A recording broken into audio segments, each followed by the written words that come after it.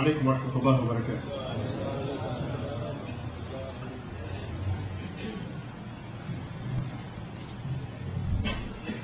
الله أكبر الله أكبر.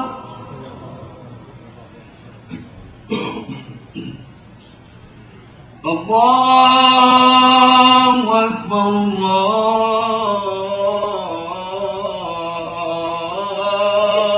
الله أكبر. أشهد أن لا إله إلا الله. أشهد أن لا إله إلا الله. أشهد أن محمدًا رسول الله. أشهد أن محمدًا رسول الله. حي على الصلاة.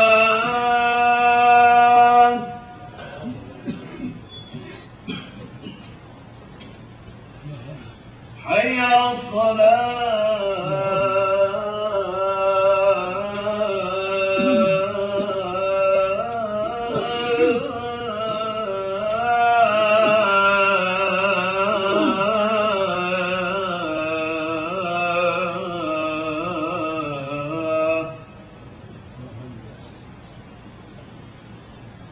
حي على الفلاح.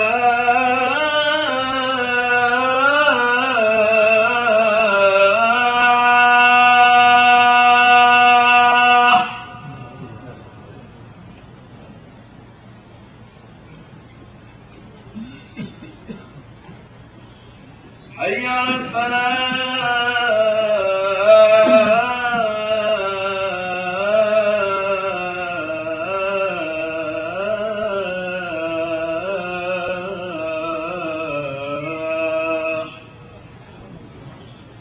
الله أكبر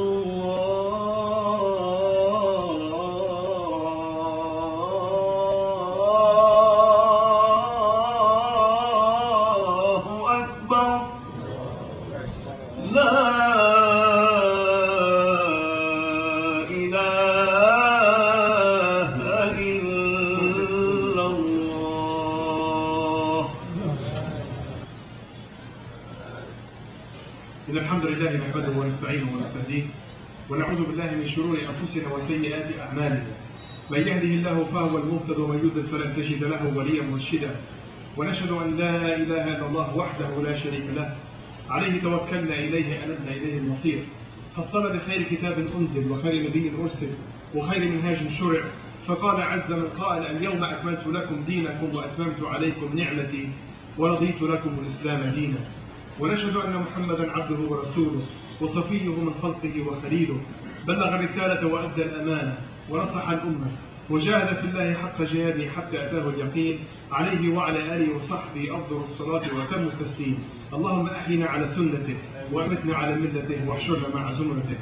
يا أيها الذين آمنوا اتقوا الله حق تقاته ولا تموتن إلا وأنتم مسلمون.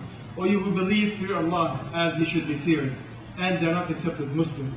أما بعد، فإن خير الكلام كتاب الله وخير الهدي هدي محمد صلى الله عليه وسلم وشر الأمور محدثاتها وكل بدعة ضلالة.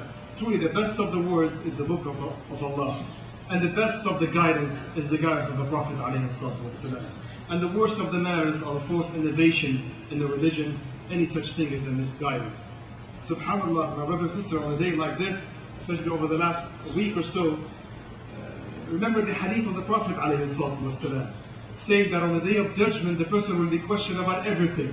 But specifically the Prophet says that يُقَالُ لَهُ أَلَمْ نُصِحَّ جِسْمَكَ وَنُرَوِّكَ مِنَ الْمَاءِ الْبَارِدِ.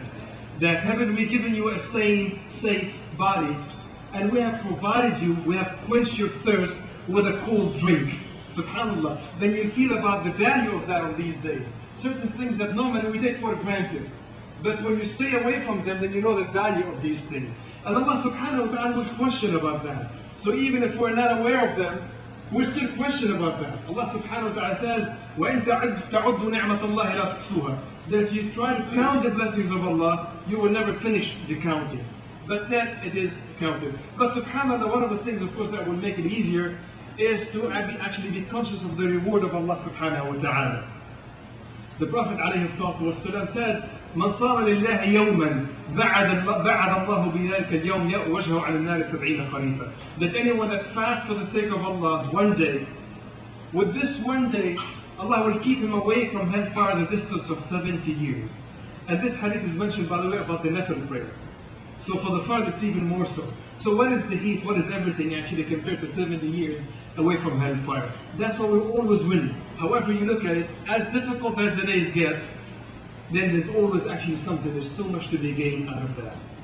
This is not the topic of my khutbah. Actually, what I would like to emphasize for the rest of the khutbah, inshallah, is about the muraqabatillah, observing Allah subhanahu wa ta'ala. Observing Allah subhanahu wa ta'ala, because Allah subhanahu wa ta'ala actually is observing us. And this, by the way, is one of the benefits of fasting, one of the main ones, and all the other acts of worship. Many of us may believe in Allah subhanahu wa ta'ala as the creator, but this belief stops in there. It does not reflect itself into anything practical. And one of the benefits of the acts of worship is that it creates in your heart this consciousness of Allah subhanahu wa ta'ala, that you are always in a state of worship, so you're less likely to sin. You're less likely to do anything wrong, because you're always conscious of Allah subhanahu wa ta'ala whenever you are in a state of worship. And this is one of the benefits, actually the main benefits of fasting. Allah subhanahu wa ta'ala says in the Quran, وَلِمَنْ خَافَ مَقَامَ رَبِّهِ جَنَّتَانِ. That anyone that fears the maqam of Allah will have two gardens. What is this maqam of Allah? The scholars have given two opinions about that. They says maqam Allah, the maqam of Allah subhanahu wa ta'ala, يعني قيام الله على العبد. يعني the fact that Allah subhanahu wa ta'ala is always watching His servant, that Allah subhanahu wa ta'ala is always in control. So the person fears that, and as a result he stays away from hellfire, and he will have those two gardens that Allah has promised. Another meaning is مقام الله يعني قيام العبد نفسه بين يدي الله يوم القيامة. يعني the fact that the person will be standing before Allah subhanahu wa ta'ala on the day of judgment. The servant fears that, and he will stay away from the haram, and Allah will give him the two gardens.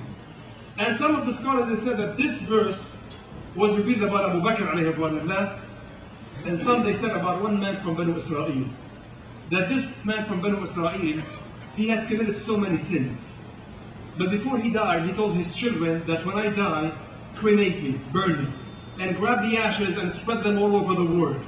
Because if Allah subhanahu wa ta'ala brings me back, He will be punishing me like nobody else, like He will not punish anybody else. And on the day of judgment, he will be asked, and Allah knows, why did you do that? And the man says, I feared you, Ya Allah. And Allah subhanahu wa ta'ala forgave him because of that. Now of course, he's ignorant because he was not aware that Allah can bring him back as far as he spread. But this fear of Allah subhanahu wa ta'ala actually was his intercessor. And Allah subhanahu wa ta'ala forgave him that. So the person observes Allah subhanahu wa ta'ala because Allah subhanahu wa ta'ala is watching all the time. Allah subhanahu wa ta'ala knows what's in the heart.